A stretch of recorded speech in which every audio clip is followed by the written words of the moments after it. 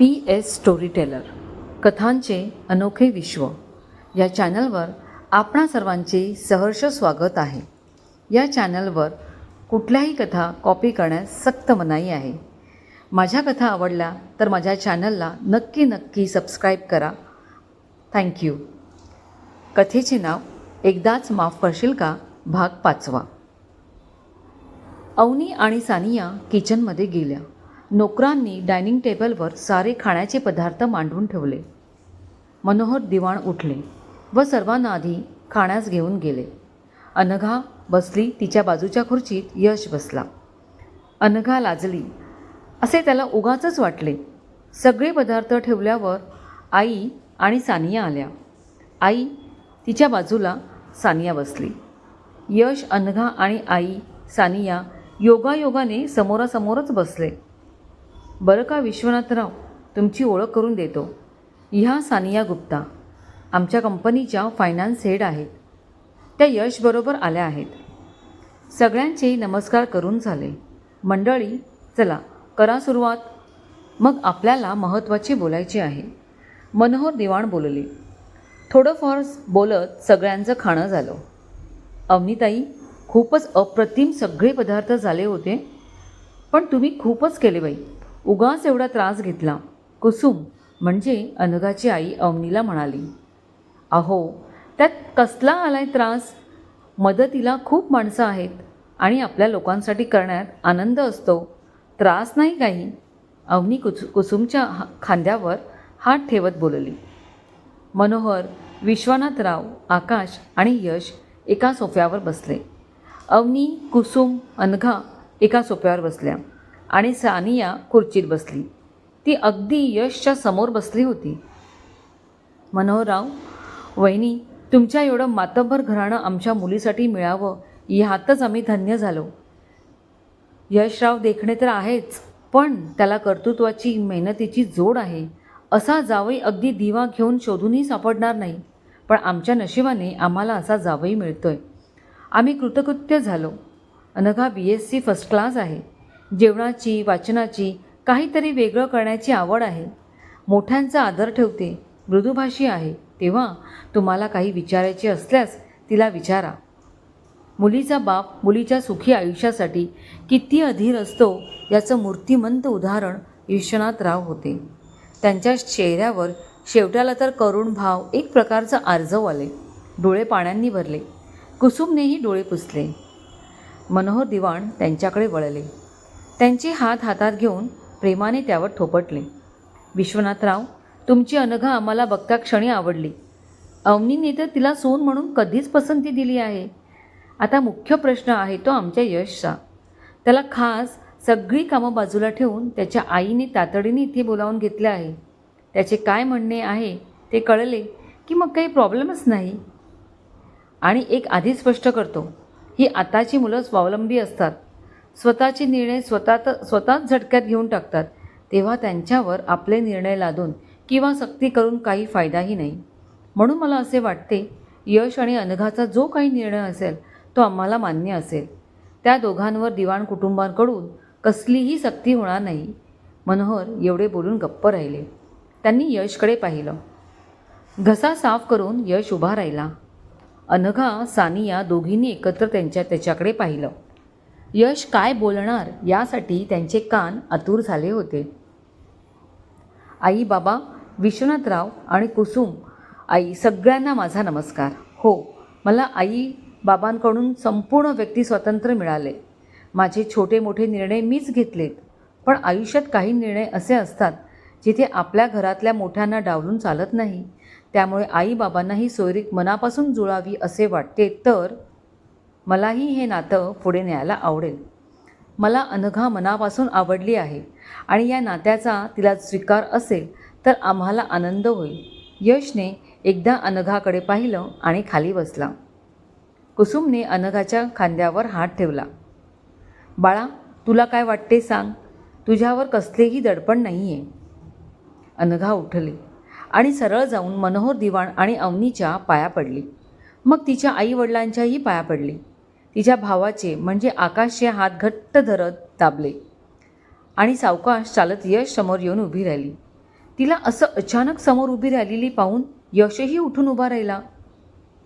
तिचे हरणासारखे डोळे यशच्या डोळ्यात आर पार गेले आणि पापणीही न लवता ती बोलली, मला हे नातं मान्य आहे आणि माझा होकार आहे. तिच्या या वाक्यानंतर फक्त 1 मिनिट तिथे शांतता पसरली आणि मग उपस्थित असलेल्या सगळ्यांनी जोरदार टाळ्या वाजवून आनंद साजरा केला. नोकरांनी लगेच विविध प्रकारच्या 3-4 मिठाया आणून त्यांच्या समोर ठेवल्या. यश आणि अनघाच्या होकाराने सगळ्यांच्या मुखावर आनंद पसरला. मनोहर आणि विश्वनाथराव दोघांनी एकमेकांना मिठाई भरवली. अवनी, कुसुम दोघींनीही गळाभेट घेतली. आकाशने यश आणि अनघाचे अभिनंदन केले.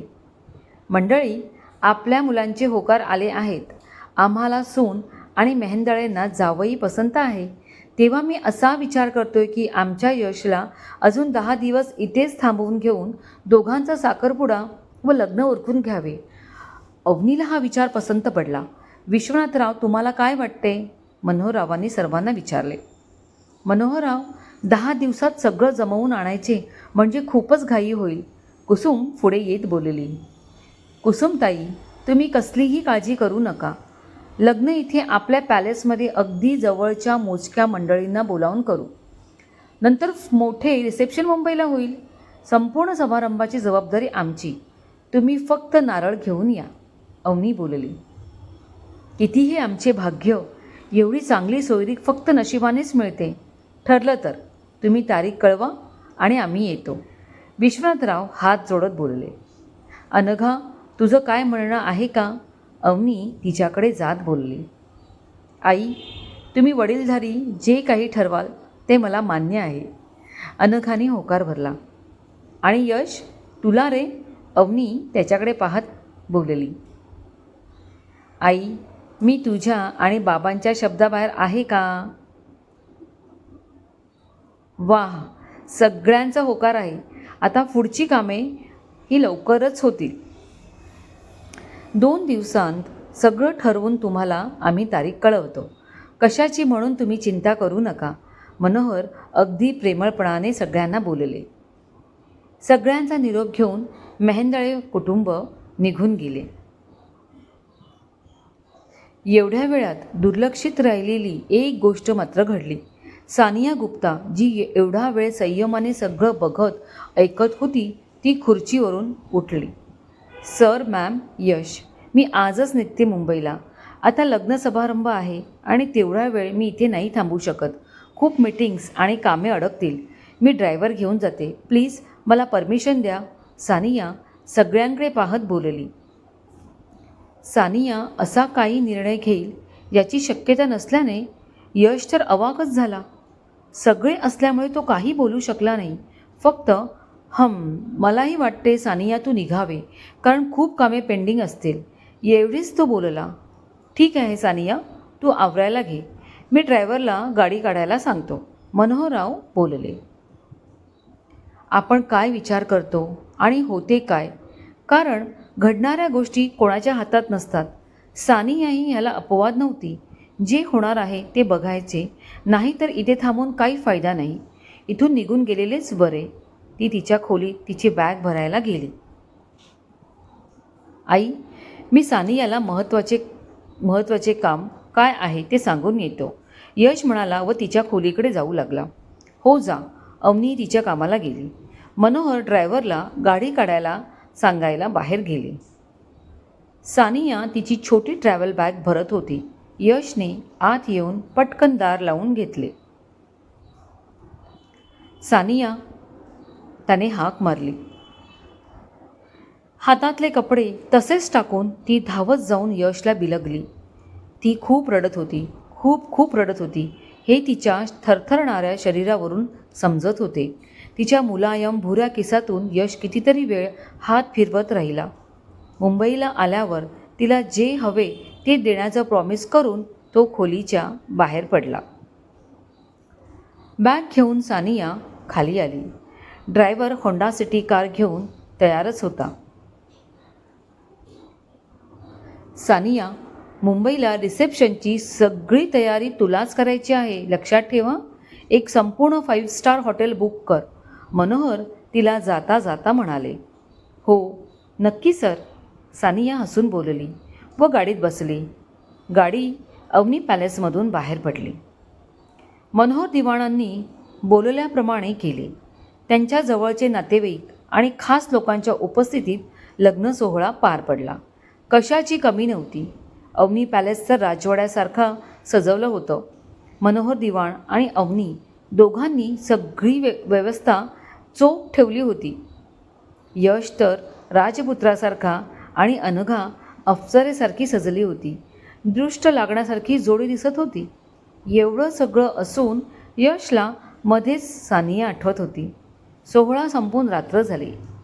दिवाण मेहेंदळे कुटुंब हॉलमध्ये बसले. यश, उद्या सकाळी सगळे कुलस्वामिनीच्या दर्शनाला जाऊ, म्हणजे लग्नाच्या सगळ्या विधी पूर्ण होतील. तुला त्याच दिवशी सुनबाईला घेऊन मुंबईला निघायचे असेल तर खुशाल निघ, मनोहरराव हसत म्हणाले. माझी काहीच हरकत नाही आहे, पण अनघाला जर थोडे दिवस इथे राहायचे असेल तर तुमच्याबरोबर राहू दे बाबा. मी थोडं काम लाईनअप करून परत येईन. 15 दिवसांनी तेव्हा घेऊन जाईन बरोबर. कसं वाटतं? यश सगळ्यांकडे बघत बोलला. काय? अवनी आश्चर्याने यशकडे बघत म्हणाली. अरे बाळा, तू काही विसरतोयस का? तू 15 दिवस इथे जाणार एकटा, मग परत येऊन हिला घेऊन जाणार. अरे तुझ्या रिसेप्शनची पार्टी मुंबईला द्यायची आहे. विसरलास का? खूप मोठ्या लोकांना आमंत्रणं जाणार आहेत, त्यात पॉलिटिशियन्स पण असतील. हे सगळं आपण कधी करायचे? आम्हा दोघांना जातीने यात लक्ष घालायला हवे. एवढा मोठा बिझनेस, त्यात तू एकुलता एक, सगळं नीट व्हायला हवे ना. तिथे कामात तू बिझी झालास, मग सगळं आम्हालाच बघायचे आहे. सानियाला सांगितले आहे ना पूर्ण 5 स्टार हॉटेल बुक करायला. आईने एवढा मोठा पाढा वाचल्यावर यशची तर बोलतीच बंद झाली. सानियाच्या नादात तो लग्नाचं रिसेप्शन मुंबईला होणार हे विसरूनच गेला होता. आई, बरोबर आहे तुझं. उद्या देवदर्शन झाले की बाबांबरोबर फॅक्टरीत जाऊन येईन. तिथल्या वर्कर्सना मिठाई वाटेन. संध्याकाळी पॅकिंग आणि दुसऱ्या दिवशी सकाळी मुंबईला निघूया. वाह, आता कसं बोललास? एकदम मस्त प्लॅन केलास बघ. तू म्हणतो तसंच करू, मनोहरराव बोलले. सगळे उद्या लवकर निघायचे म्हणून शुभरात्री बोलून आपापल्या रूम्समध्ये गेले. अनघा तिच्या आईच्या रूममध्ये, आकाश आणि विश्वनाथराव दुसऱ्या रूममध्ये गेले. यश रूममध्ये आला. चेंज करून फ्रेश झाला. लग्नाच्या गडबडीमुळे त्याने मोबाईलला हातच लावला नव्हता. आता त्याने मोबाईल हातात घेतला. स्क्रीनवर सानियाचे तब्बल 31 कॉल होते. ते कमी की काय त्याहून दुप्पट मेसेजेस होते. यश जागीच उडाला. सानियाला माहिती आहे आज लग्न आहे, तरी तिने एवढे कॉल्स आणि मेसेजेस केले. कमाल आहे. तिच्या अशा वागण्याचा यशला थोडा राग आला. तिला प्रॉमिस केले आहे मुंबईला आल्यावर जे हवे ते देणार, तरीसुद्धा एवढा हाताताईपणा, टू मच. यश वैतागला. तिचा एकही मेसेजला रिप्लाय न करता सरळ मोबाईल स्विच ऑफ केला आणि झोपी गेला. खूप दमल्यामुळे त्याला लगेचच झोप लागली. सगळ्यांची सकाळ खूप लवकर झाली. सगळे पारंपरिक पोशाखात होते. नव्या नवरीने म्हणजे अनघाने जांभळ्या रंगाची खूप भारीतली नऊवारी साडी नेसली होती. त्यावर मराठमोळे शाही दागिने. तिच्याकडे बघताना कोणामुळे कोणाची शोभा वाढत आहे हेच मुळी समजत नव्हते. नोकरांनी सगळे न्यायचे सामान 2 गाड्यात ठेवले. एका कारमध्ये दिवाण कुटुंब आणि दुसऱ्या कारमध्ये मेहेंदळे कुटुंब बसले. अनघा आता दिवाण झाली होती. थोड्याच वेळात दोन्ही गाड्या मंदिराच्या दिशेने धावू लागल्या. क्रमश. सदर कथा पूर्णपणे काल्पनिक आहे.